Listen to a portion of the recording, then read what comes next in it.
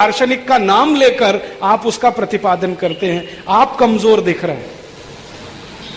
ये आप अन्यथा मत लीजिएगा। गायत्री परिवार के लोग, गायत्री परिवार के सब ग्रंथ मैंने पढ़े हैं, जितने विदेशियों के नाम उसमें घुसे हुए हैं शायद हिंदुस्तान की किसी दूसरी संस्था की पुस्तकों में नहीं है। आप इतने कमजोर क्यों हैं? हर एक बात आप विदेशियों के माध्यम से क्यों सिद्ध करना चाहते हैं? आप ढूंढिए आपकी किताबों में, मैं निकाल के देता हूं, 1000 से ज्यादा नाम निकल आएंगे विदेशियों के। तो आप खुद कमजोर हो रहे हैं, इसलिए विदेशियों के नाम से प्रतिपादन करने में लगे हैं। तो ये प्रतिपादन नहीं किए जाते कभी भी। हमारी मान्यता है, हम इस पर दृढ़ हैं, प्रतिपादन किसको करें?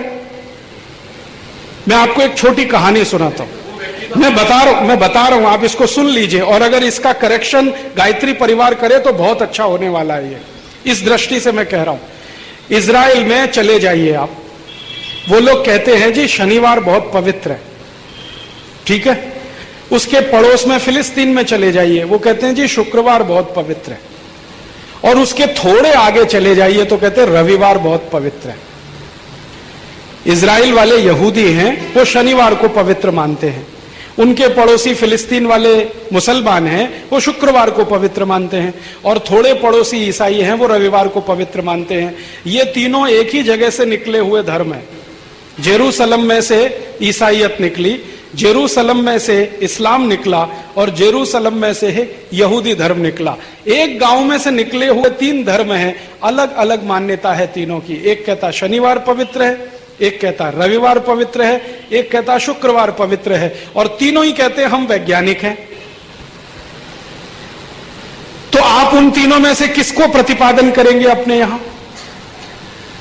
आप कहते हैं कि सभी वार पवित्र हैं, रविवार सूर्य का है, सोमवार चंद्रमा का है, मंगल हनुमान जी का है, बुधवार किसी का है, बृहस्पति है। तो आप तो उनके आधार पर प्रतिपादन में लग जाएंगे, तो फंस जाएंगे शुक्रवार, शनिवार और रविवार में।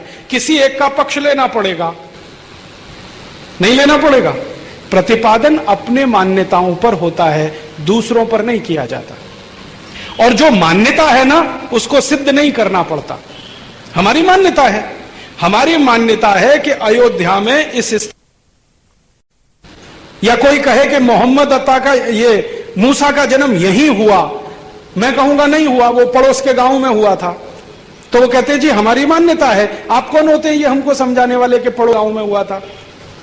अब हम इसमें लग जाएं कि अयोध्या में भगवान राम का जन्म हुआ, इसको हम प्रतिपादित करें, तो मूर्खों के मूर्ख। अपनी मान्यताओं को थोड़ी प्रतिपादित किया जाता है। अपनी मान्यताओं के आधार पे इतिहास तो हमें समझाने के लिए है, ये विदेशियों के शब्दों को लेकर थोड़ी प्रतिपादित करते बैठते हैं। नहीं, कैसे समझाएंगे आप? विदेशियों की मान्यता को लेकर आप अपने देश में क्या समझाएंगे? विदेशियों की मान्यता पर आप अपने देश में क्या समझाएंगे? कोई नहीं मानेगा आपकी बात को। आप अपनी मान्यताओं को मानते हैं, उस पर दृढ़ रहिए। मैं मानता हूं कि यहां भगवान विराजमान है, कोई आके ईसाई बोलेगा ये तो पत्थर की मूर्ति है, क्या समझाएंगे आप उसको? वो कहता रहे, हम हमारी मान्यता में दृढ़ हैं कि यहां भगवान है, हम मानते हैं कि कण कण में भगवान है, इसलिए हम यहां पूजा कर रहे हैं। कोई ईसाई आके कहेगा ये तो पत्थर की मूर्ति है, इसमें क्या रखा है? हमारे लिए वो भगवान है, उसके लिए पत्थर की मूर्ति है, उसकी मान्यता है पत्थर की मूर्ति, हमारी मान्यता है भगवान, वो मानेगा नहीं, तो हम क्यों मनाने में लगे उसको? हम हमेशा पश्चिम के पीछे ही भागे अपनी मान्यताओं को सिद्ध करने के लिए। ये बहुत दुखद है। और विशेष रूप से आज विषय निकल आया, चूंकि मैं गायत्री परिवार के सब पुस्तकों को पढ़ चुका हूं, हर एक बात को प्रतिपादित करने के लिए एक विदेशी का उदाहरण उसमें दिया हुआ है। कहीं कैथरीन का नाम है, कहीं फ्लैंक का नाम है, कहीं रॉबर्ट का नाम है। ये क्या मूर्खता हम कर रहे हैं? अपनी चीजों को प्रतिपादित करने के लिए विदेशियों के नाम लेने की क्या जरूरत है? हमारा धर्म महान है, हम मानते हैं, जानते हैं, उसको विदेशियों के आधार पर क्यों प्रतिपादित करें? वो तो आप हमेशा करते रहेंगे, वो कभी मानेंगे नहीं। हम तो यही कर रहे हैं ना। हम तो इस देश में हजारों साल पहले कह चुके हैं कि मंगल ग्रह पर किसी का उतरना संभव नहीं है। भारत के शास्त्रों में यही है। अब वो विदेशी आज उसकी रिसर्च करें, हम उनके आधार पर उसको प्रतिपादित करने में लग जाएं, तो ये तो मूर्खता है। इसलिए मेरा यह कहना है कि कभी भी आप प्रतिपादन करने के चक्कर में ना फंसे, आपकी जो मान्यता है उस पर दृढ़ रहें, क्योंकि मान्यताओं पर कभी बहस नहीं होती। मान्यता हर एक सभ्यता की अपनी अलग होती है, दूसरी सभ्यता की अलग होती है। जो मान्यताओं पर एक दूसरे को समझा लेते, तो ईसाईयत, इस्लाम और यहूदी धर्म अलग अलग क्यों होते? मैंने आपको कहा ना, एक ही गांव से तीनों निकले, एक कहता शुक्रवार अच्छा, एक शनिवार अच्छा, एक रविवार, तीनों एक दूसरे को नहीं समझा पाए और करोड़ों लोगों का कत्लेआम हो गया इसमें, समझाने में ही, हजारों साल में, और आगे भी होने वाला है। तो ये मनुष्य का स्वभाव ऐसा होता है, जिसकी मान्यता है आप उसको धारण करके आगे बढ़िए, दूसरों की मान्यता में अपने को फिट मत करिए। उनकी कोई परिभाषा है विज्ञान की, उसमें आप अपने को फिक्स मत करिए, क्योंकि उनके विज्ञान में बहुत सारे दोष हैं।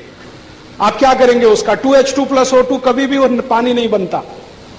मैं विज्ञान का विद्यार्थी, और वो विज्ञान जो यूरोप से आया उसका विद्यार्थी मैं अपने को मानता हूं। भारतीय विज्ञान तो अभी पढ़ना शुरू किया है मैंने। 2H2+O2 कभी पानी नहीं बनता, ये मैंने एक नहीं दसियों लेबोरेटरी में करके देखा। हाइड्रोजन और ऑक्सीजन को मिलाओ, कभी पानी नहीं बनता। कितने भी प्रेशर पे मिलाओ, कितना भी टेम्परेचर बढ़ाते जाओ, पानी बनता ही नहीं है। लेकिन हम में से किसी की हिम्मत नहीं है ये कहने की कि बच्चों को क्यों पढ़ा रहे हो। क्यों? क्योंकि ये वैज्ञानिक है। क्योंकि वैज्ञानिक इसलिए कि यूरोप से आ गया, यूरोप से मूर्खताएं भी आ गई है, तो हमने उसको विज्ञान मान लिया है। हमारी किताबों में वही पढ़ाया जा रहा है, 2H2+O2 = 2H2O। रिवर्स होता है, 2H2O को ब्रेक करो तो हाइड्रोजन ऑक्सीजन निकलेगा। हाइड्रोजन ऑक्सीजन को कभी भी मिला के देखो, पानी नहीं बनेगा। जो बन जाता तो पानी की इतनी समस्या नहीं होती।